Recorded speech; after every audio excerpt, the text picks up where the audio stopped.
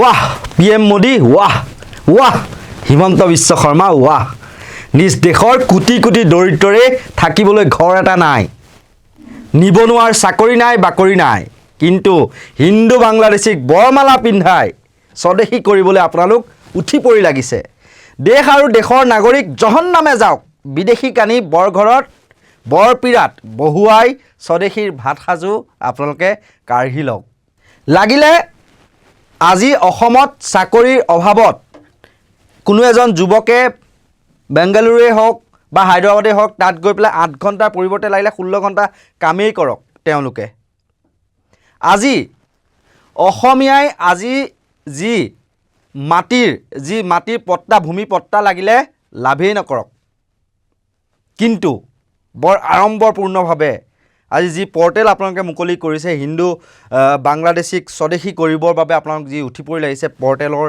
জৰিয়তে সেইসকলক কিন্তু আপোনালোকে অতি সুন্দৰভাৱে ভোটৰ আশাত আপোনালোকে ৰখাৰ ব্যৱস্থা কৰিব অৰ্থাৎ ত্ৰিপুৰাত যেনেকৈ এটা সময়ত ত্ৰিপুৰীসকল 91% আছিল আৰু এতিয়া কিমান পাৰ্চেণ্ট জানেনে আজি 91%টো যদি আপোনালোকে ওলোটাই দিয়ে তেতিয়াহ'লে মাত্ৰ 19%হে ত্ৰিপুৰী লোক আছে বুলি বিভিন্ন সময়ত চৰ্চা চলি আহিছে আজি কিয় এই দশা হৈছে আজি অসমীয়াই নিজক যদি চিনি নাপায় আজি অসমীয়াৰ হাতত ব্যৱসায়িক স্বাৰ্থই হওক বা চাকৰিৰ ক্ষেত্ৰতে যি সংৰক্ষণৰ ব্যৱস্থা সেয়াই হওক কিবা লাভ কৰিছেনে আজি যেতিয়া এই কাৰখন বলবৎ হৈ যাব তেতিয়া ষষ্ঠ অনুসূচীৰ কথা আহিবনে বা যি 6 শিডিউল কথা উল্লেখ কৰা আছে সেয়া উলংঘন নহ'বনে বা যি অনুচ্ছেদ আছিল 6 নং অনুচ্ছেদ আছিল অসম চুক্তিৰ সেয়া লাঘৱ নহ'বনে যি অসমীয়া সুৰক্ষাৰ কথা কোৱা হৈছিল খিলঞ্জীয়া সুৰক্ষাৰ কথা কোৱা হৈছিল কিন্তু আজিতো মেঘালয়ে হওক বা মিজোৰামেই হওক বা অৰুণাচল প্ৰদেশেই হওক তাততো সহজতে বলবৎ কৰিব নোৱাৰে কাৰণ তেওঁলোকৰ ইনাৰ লাইন পাৰ্মিটেই হওক বা খিলঞ্জীয়াৰ যি অধিকাৰ বা দপদপনি হওক সেই ক্ষেত্ৰততো তেওঁলোক এতিয়াও মূৰ থিয় হৈ আছে কিন্তু তাৰ বিপৰীতে আপোনালোকে হিন্দু বাংলাদেশীৰ স্বাৰ্থত আজি তেওঁলোকক ডিফেণ্ড দিবলৈ আজি আপোনালোকে কাৰ বিৰুদ্ধে কৰা প্ৰতিবাদকাৰীসকলকহে তুচ্ছ তাচ্ছিল্য কৰিছে বৰ কথাই আপোনালোকে গালি পাৰিবলৈ আৰম্ভ কৰিছে তীব্ৰ বিৰোধিতাৰ মাজতে অৱশেষত কেন্দ্ৰীয় চৰকাৰে নাগৰিকত্ব সংশোধনী আইন 2019 বলবৎ কৰিলে কোটি কোটি হিন্দু বিদেশীক ভাৰতত নাগৰিকত্ব দিয়াৰ পথ সুগম কৰি ল'লে বিজেপি নেতৃত্বাধীন এইখন চৰকাৰে কেৱল ভোটৰ স্বাৰ্থতে দেশৰে কোটি কোটি ডাল দৰিদ্ৰৰ পেটৰ ভাত মুঠি কোটি কোটি নিবনুৱাৰ পেটত গুৰ মাৰিবলৈ সকলো বন্দবস্ত কৰি ল'লে শাসকীয় বিজেপিয়ে 2024 পিছৰ নিৰ্বাচনবোৰলৈ কোটি কোটি পকেট ভোটাৰ সৃষ্টি কৰাৰ পথো মসৃণ কৰি ল'লে শাসকীয় বিজেপিয়ে কেন্দ্ৰ আৰু ৰাজ্যৰ বিজেপি চৰকাৰে কাৰ সমৰ্থনত ৰৌজাল বৌজাল কৰি থকাৰ সময়তে অসমৰ বাবে ভয়াৱহ ভৱিষ্যত শংকিত কৰি তুলিছে প্ৰতিজন জাতিপ্ৰেমী অসমীয়াক হয় অসম আৰু অসমীয়াক গভীৰ সংকটত পেলাব এই আইনখনে কিন্তু কেনেকৈ এই আইনে বাংলাদেশৰ পৰা অহা বৃহৎ সংখ্যক হিন্দুক অসমত নাগৰিকত্ব প্ৰদানৰ যি বাট সেয়া মুকলি কৰিলে সেয়েহে কাৰ বিৰোধিতা কৰাসকলে কৈছে এই আইনে বাংলাদেশৰ পৰা 1,90 লাখ হিন্দুক ভাৰতত নাগৰিকত্ব প্ৰদান কৰাৰ বাট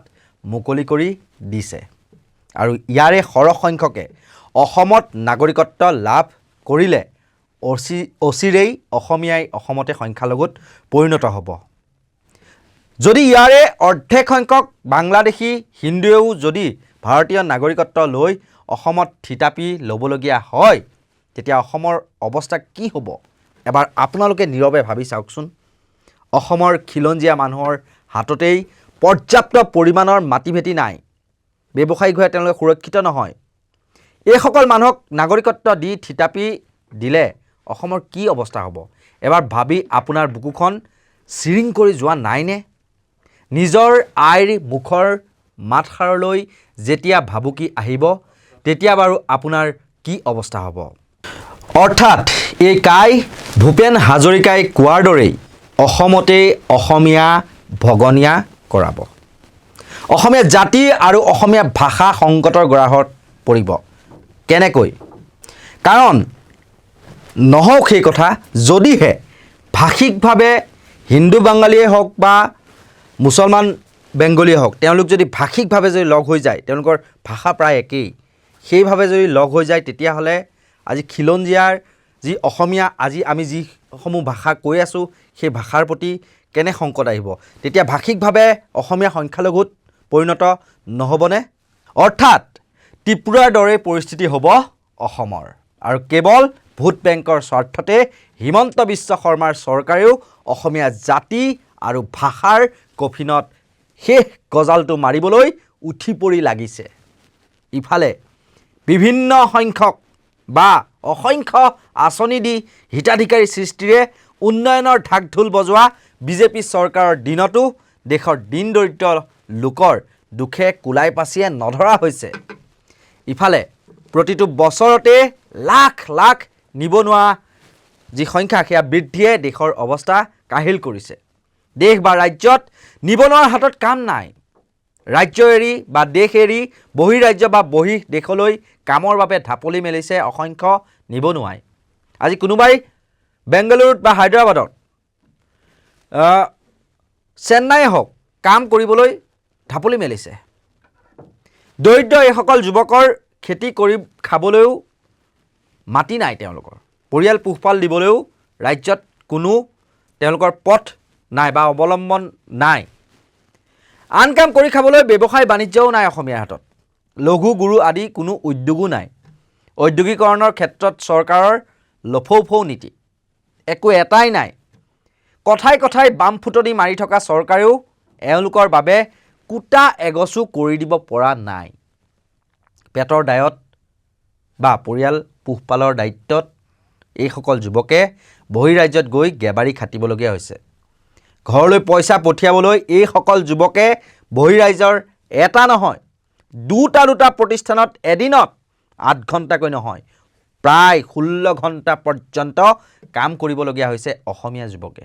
এয়া আমাৰ অসমৰ গতি। কেৱল ভোটৰ স্বাৰ্থত এইসকলৰ বাবে কুটা এগছো কৰিব নোৱাৰা চৰকাৰে এতিয়া কানিক হিন্দু বিদেশীক সংস্থাপিত কৰিবলৈ উঠি পৰি লাগিছে। এইদৰে অসমীয়াৰ নিবনুৱাৰ হাতৰ চাকৰি, ৰোপিত মাটি, কাম কৰি খোৱা বিভিন্ন উপায়সমূহকো বিদেশীৰ হাতত গতাই দিবলৈ সকলো প্ৰস্তুতি সম্পূৰ্ণ কৰিছে বিজেপি চৰকাৰে। এইদৰে অসমীয়া অস্তিত্বকে বিদেশীৰ হাতত গতাই দিবলৈ ওলাইছে বিজেপি চৰকাৰে। অৰ্থাৎ ভোট বেংকৰ স্বাৰ্থতে বিজেপি চৰকাৰে অসম আৰু অসমীয়াৰ অস্তিত্বক বিপন্ন কৰিবলৈ কুণ্ঠাবোধো কৰা নাই।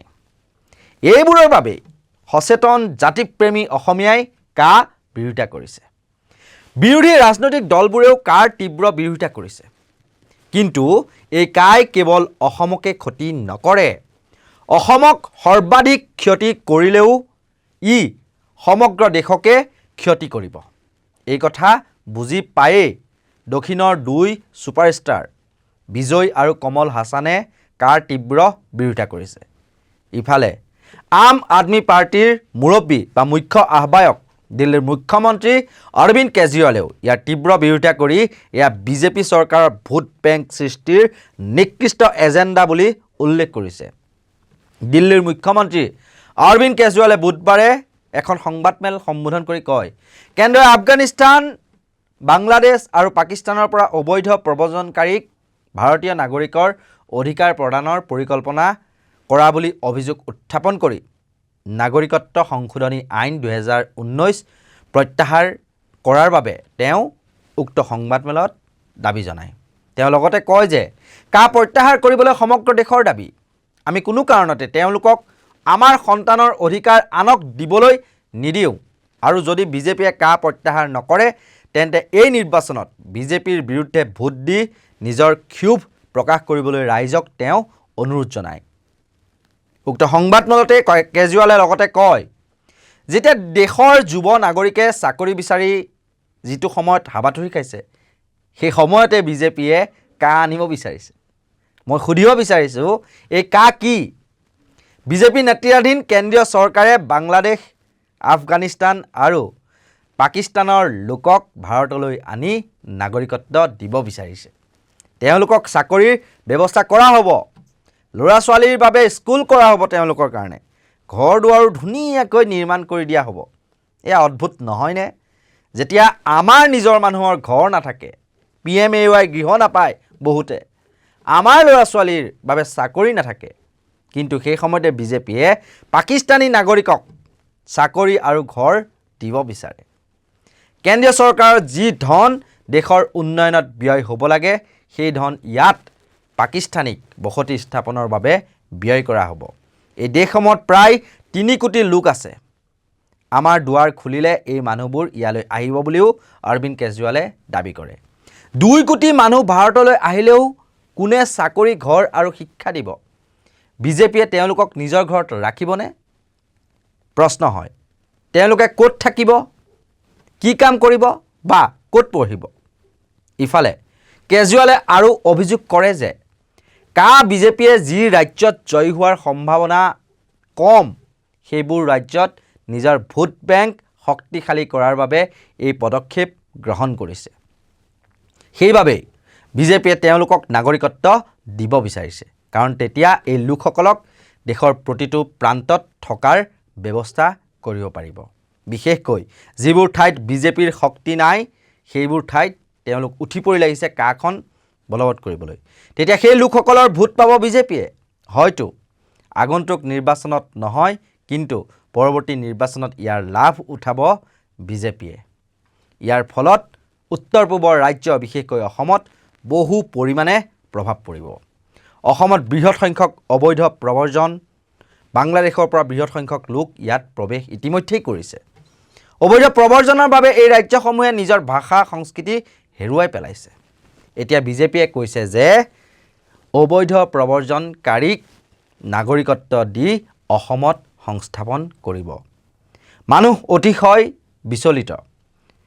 অসমৰ মুখ্যমন্ত্ৰী হিমন্ত বিশ্ব শৰ্মাই নিজৰ মানুহৰ লগত থিয় দিয়াৰ পৰিৱৰ্তে কাক সমৰ্থন কৰিছে বুলি মন্তব্য কৰে অৰবিন্দ কেজৰিৱালে। সঁচাকৈয়ে ডক্টৰ হিমন্ত বিশ্ব শৰ্মাৰ চৰকাৰে আজি কাৰ বিৰুদ্ধে যিসকলে প্ৰতিবাদ কৰিছে তেওঁলোকক আটক কৰিছে, গ্ৰেপ্তাৰ কৰিছে, বা কোনো সংগঠনৰ নেতাক তেওঁলোকৰ কাৰ্যালয়ত গৈ কাৰ বিৰুদ্ধে প্ৰতিবাদ নকৰিবলৈও সকিয়নি প্ৰদান কৰাৰ অভিযোগ উত্থাপিত হৈছে। আজি যিসমূহ খিলঞ্জীয়া জাতি জনগোষ্ঠীয় যিসমূহ সংগঠন তেওঁলোকে উল্লেখ কৰিছে যে অসম এখন জনজাতীয় ৰাজ্য বা অসম বিভিন্ন জাতি জনগোষ্ঠীৰে পৰিপূৰ্ণ এখন ৰাজ্য। তেনেস্থলত অসমত কাখনৰ প্ৰয়োজনীয়তা ক'ত? যদি কাৰ জৰিয়তে এটাও হিন্দু বাংলাদেশীয়ে যদি অসমত যদি সংস্থাপন লাভ নকৰে হিমন্ত বিশ্ব শৰ্মাই কোৱাৰ দৰে, তেতিয়াহ'লে অসমত তেওঁ সেইখন বলবৎ কৰিব লাগে কিয়? তাৰ পৰিৱৰ্তে আজি অসমীয়া জাতিৰ যি ভৱিষ্যত, চাকৰি ক্ষেত্ৰতে হওক বা ব্যৱসায়িক ক্ষেত্ৰতে হওক বা মাটি কিনা বেচাৰ ক্ষেত্ৰতে হওক, আজি খিলঞ্জীয়াৰ অগ্ৰাধিকাৰ সেয়া সুদৃঢ় কৰিব নোৱাৰেনে এইখন চৰকাৰে? খিলঞ্জীয়াৰ সুৰক্ষা বা স্বাৰ্থ ৰক্ষা কৰাৰ বাবে এইখন চৰকাৰে কেবিনেটত তেওঁলোকে সিদ্ধান্ত ল'ব নোৱাৰেনে বা অসম বিধানসভাত তেওঁলোকে বিল পাছ কৰিব নোৱাৰেনে? আজি যে অৰুণাচলৰ দৰে ৰাজ্যত ILP আছে বা মেঘালয়তো আজি বিভিন্ন ধৰণৰ তেওঁলোকে পদক্ষেপ লৈছে খিলঞ্জীয়াৰ কাৰণে। খিলঞ্জীয়া লোকেহে কেৱল মাটিত তেওঁলোকৰ আধিপত্য ল'ব পাৰিব, সেই তেনেকুৱা ধৰণৰ এক বহিৰাগতক মাটি বিক্ৰী কৰিব নোৱাৰিব, সেই তেনেকুৱা ধৰণৰ এক পদক্ষেপ লৈছে। খিলঞ্জীয়াৰ হাততে মাটিৰ অধিকাৰ থাকিব। তেনেকুৱা ধৰণৰ পদক্ষেপসমূহ লোৱাৰ পৰিৱৰ্তে কিন্তু আজি হিন্দু বাংলাদেশীকহে আজি তেওঁলোকে সংস্থাপন দিব বিচাৰিছে। এটা কথা এইখিনিতে উল্লেখ কৰোঁ, আজি বৰাক উপত্যকালৈ আপুনি চাওকচোন, বৰাক উপত্যকাত আপুনি অসমীয়া ভাষাৰ ব্যৱহাৰ দেখিছেনে?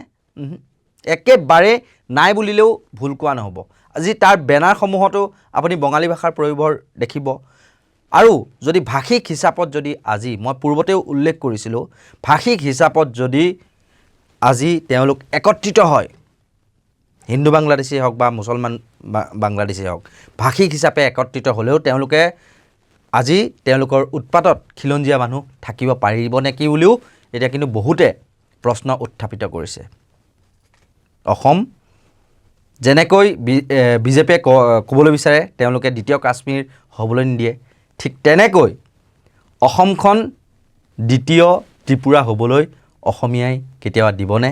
কাৰণ ত্ৰিপুৰীসকল 91 পৰিৱৰ্তে 91টো উল্টাই দিয়ক এতিয়া, প্ৰায় 19%হে ত্ৰিপুৰী মানুহ আছে, বাকী সংখ্যাগৰিষ্ঠ কিন্তু যি হিন্দু বাঙালী বা বেংগলী সম্প্ৰদায়ৰ যিসকল লোক সেইসকলে এতিয়া প্ৰাধান্য পায় তাত।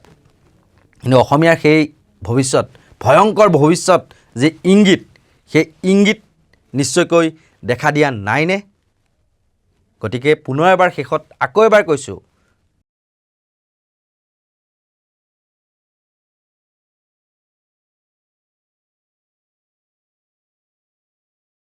ধন্যবাদ। চাই থাকিব নৰ্থ ইষ্ট নাও।